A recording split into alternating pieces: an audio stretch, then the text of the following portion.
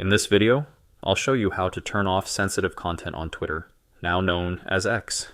Unfortunately, this can't be done directly through the mobile app, so you'll need to use an internet browser. Open your browser and go to x.com. Once on the website, ensure you're logged into your account. Click on your profile icon in the top left corner, then scroll down and select Settings and Privacy. Next, scroll down again and choose Privacy and Safety. Under this section, click on Content You See.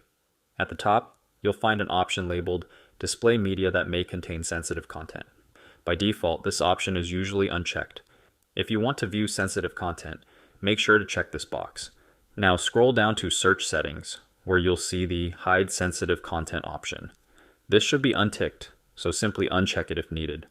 Once you've made these changes, you'll now be able to view sensitive content on Twitter X. That's all there is to it.